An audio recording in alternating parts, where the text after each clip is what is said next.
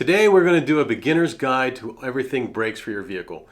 It's going to answer a lot of your questions from should I get cross-drilled or slotted? Cross-drilled like you saw in a Ferrari. Should I get it in blank? What type of pad should I get? Brake lines, fluid. These are all kinds of things that a lot of people just seem to neglect, but it's one of the most important things on your vehicle. So let's jump into it.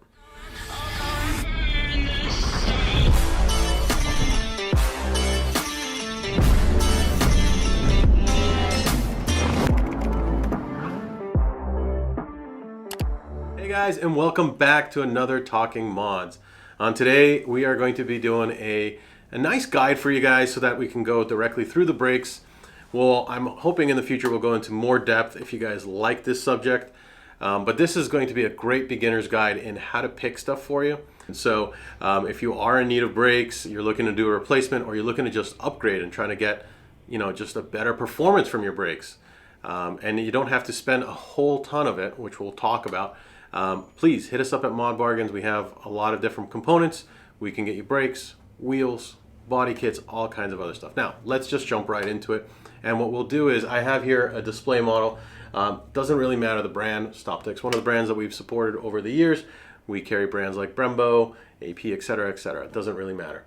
What I'm going to talk about though is first off the rotors and how to pick the rotors. Now, this rotor is a little bit different here, and this is what's called slotted. And one of the basic questions that I always see is, what type of rotor should I get? Should I get slotted, cross-drilled? Cross-drilled meaning there's holes in it. We'll have some images for you. Or just blank. Or sometimes you'll even have combination. You'll have slotted and then cross-drilled. So what does it do? Let's jump into it here. So blank is the way that comes directly from the factory, most basic cars. Unless you own a supercar, it'll come in differently from that supercar manufacturer.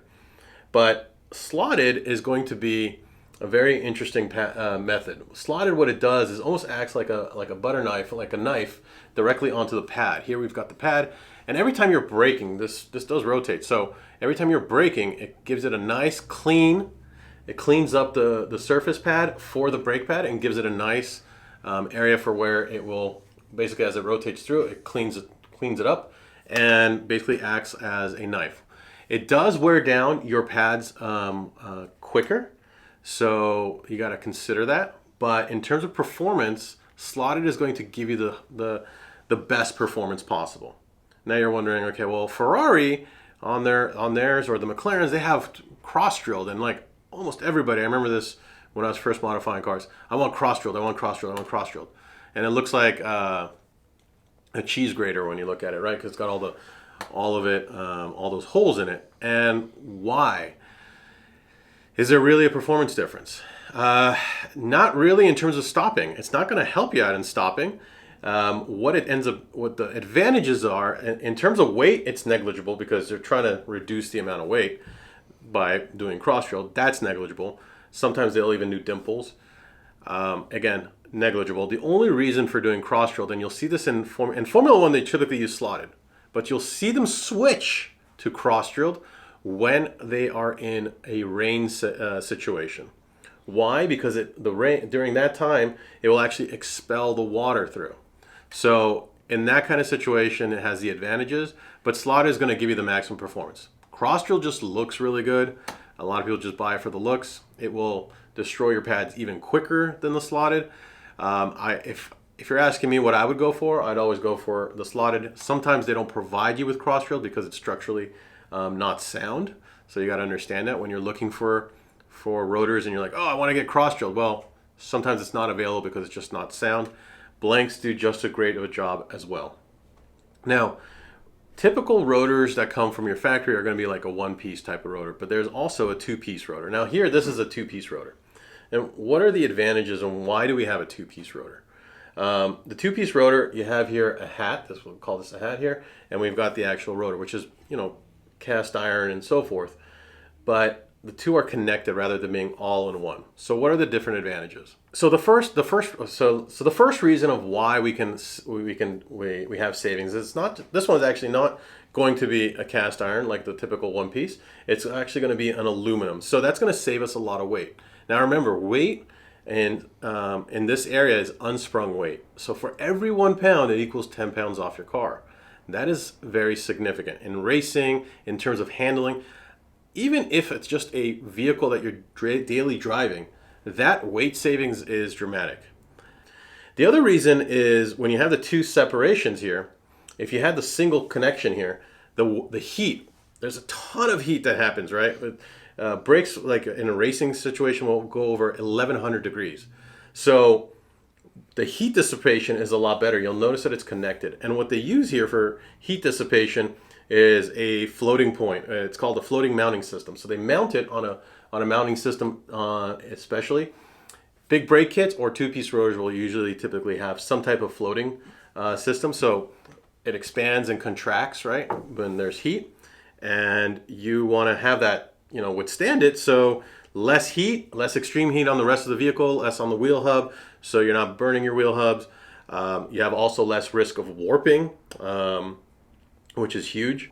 And the other advantages are obviously you're going to have increased airflow. So by having the two-piece design, you increase the airflow on the rotors.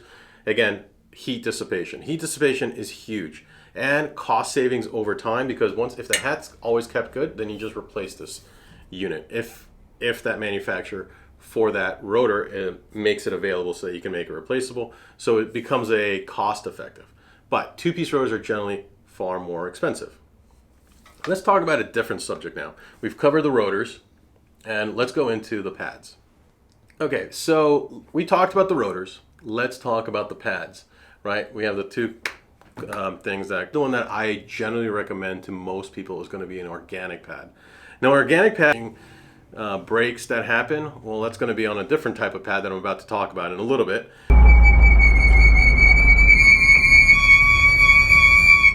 So hold up. But so less noise, and the most important part is a lot less wear and tear on the system. Cost you for a pair, I don't know, about 120 on an organic, 160, depending on the brand, right, and what materials. But rotors are going to be a lot more expensive. Rotors can go from 200 to 600 to up to 2,000, or maybe even more, depending on, again, two-piece, one-piece. So the other pads, let's talk about some of the other pads that are out there. There's ceramic pads. Ceramic, just like the same as you think of like in your pots, pans, some watches, they have ceramic on them. Super popular technology, came out in like the 80s. They're still very quiet, ceramic. The performance is better, obviously, than the organic pads. Ceramic pads are generally pretty good in terms of performance, right? But their costs are a lot higher. And the universality of the usage of it is really not where it's at. They're still not the greatest on the rotors. Most big brake companies like StopTech, Brembo, and so forth would generally recommend to you a organic pad. So the combination between, if you're thinking, big brake kit and I'm going to spend $6,000, but they're going to say get an organic pad because that way you get the maximum life of it. So in general, we have organic, and the other one that I've mentioned, which has a lot of noise, is metallic. Metallic is, as it sounds, is going to have metal in it. The more metal that's in it, the better your braking is going to be. Which seems, it's just the way things work. So some people want pads that have less dust. And you know this, if you bought a BMW, if you've owned a BMW, they dust like crazy. Well, dust is a byproduct of performance. That is the organic stuff coming out. Now, they make versions of less dust of pads as well. Again, that's what it comes down to, what you want, of less dust. But know that what you're sacrificing is your stopping power. But keep in mind, noise increases, dust increases. Metallics are not crazy expensive, which is nice. But you do destroy your rotor life quicker. And I typically recommend it for a guy who's tracking or needs that high performance. All right. I didn't cover here carbon brakes or rotors and stuff. That's a very expensive option. You're looking at $10,000 to $20,000 plus. It comes with Ferraris, or I think it's an extra option with Ferraris, McLarens, and so forth, supercars. I'm talking here in general for most vehicles and how it's done. Now, you're upgrading your brakes, right? So that's the pads. One of the things to remember is if you are switching out just the pads and your rotors have maintained their life, you might need to resurface it. Why? If you've ever remember, again, back to that screeching noise, if the two compounds are not touching correctly at exactly flat, right? So let's say there was a little bit of warping and you've had some heat issues and you put a new pad on there, right? That new pad is perfectly flat and your rotor might have just the slightest little wobble. That little bit right in there, that little air pocket will create that screeching noise that you always hear, right? So when a person is braking, doesn't mean the car is not working, it's just air and so forth, or sometimes they have a rock lodged in there, can get in there and it can create that noise. The other thing that will tell you if a pad is time to be replaced is what's called your brake sensors. Most vehicles, I'm thinking almost all vehicles these days have brake sensors within them. What it is actually a line that goes inside, it's connected into the brake sensor area. And as the pad, and I'm going to rotate this here, as the pad wears down, eventually it will hit that brake sensor. It will hit that brake sensor. It's this like, it's encapsulated by this plastic compound, but basically, and there's a metal, it basically sends a signal. Once it cuts it, it's a one-time use.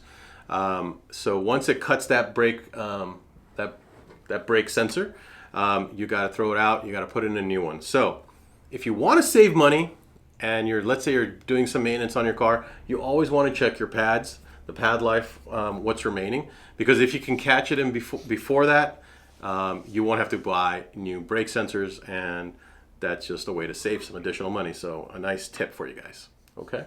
The other one that I really like and often gets overlooked by most people, and they think it's only for racing, is brake lines. The standard brake lines, and this was an interesting, as I was doing some research coming into this video, the standard brake lines, as you know, they use like a rubber base. They're actually only rated up for 6 years, I ended up finding out, which was pretty surprising to me. So you do need to replace your brake lines every 6 years. If you switch them out to a stainless steel brake lines, that's the lifetime of the vehicle, number one. But stainless steel brake lines have a lot of other advantages.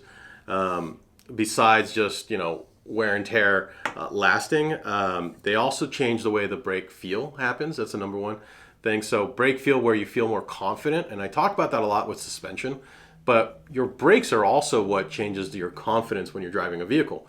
So when you have that brake feel and you know exactly how much power to put down, how much power is what you're gonna get back from your brakes, that comes from your brake lines.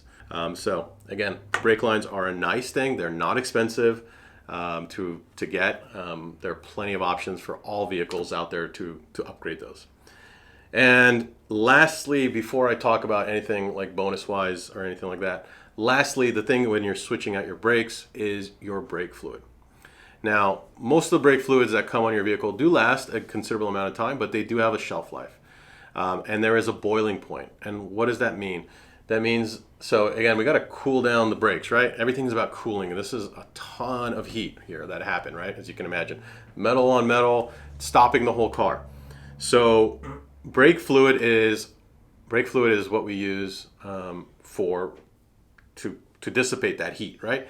So you can go to higher versions of it, which is like a .5, .5.1, and so forth, where we have like brands like Motul, which is 600 Fahrenheit boiling point. You want to go to higher levels. All right, I know this video is kind of long. I'll probably do a brake kit at a different time. Basically, there's a lot of top brands. The basic thing that I will say about brake kits, I've talked about it in a previous video, is the amount of pistons. There are different amount of pistons and how the pistons are used. One thing you want to watch out for is companies that say, 16 pistons, but there are a bunch of small pistons when they can rather be one big piston. So if I have a bunch of small ones, it's more likely to fail, and it's just trying to be marketing stuff. So watch out for that. And last bonus, and this is really simple, one of the most overlooked areas in our aftermarket industry, and again, I've been doing this for a long time, but and overlooked by a lot of people is, again, it goes back to cooling, is getting brake ducts. There are just not a lot of products out there for brake ducts. I'm hoping manufacturers come out with more brake ducts. But getting brake ducts and getting more air and more cooling on here, which you see in a lot of sports cars, would do amazing for all vehicles across the board if it's factored in and designed with it. That's kind of my bonus. If you have brake ducts, it really does make huge improvements to your brakes. Anyway, guys, I love your comments. Please share below. This is obviously a beginner's guide.